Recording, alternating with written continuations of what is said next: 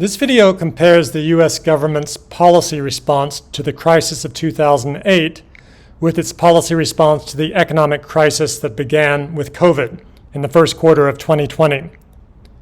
Of course, since the causes of these two economic crises were very different, we're not comparing apples with apples.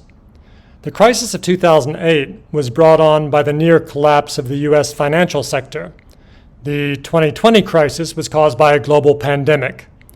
Therefore, the two crises were bound to play out very differently, regardless of the policy response adopted by the government.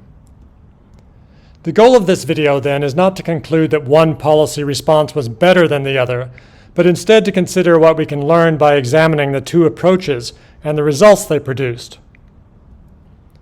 What we find is that although the economic crisis caused by the COVID pandemic initially had a substantially more damaging impact on economic output and employment than the crisis of 2008 did, the economic recovery from the COVID crisis was much more rapid.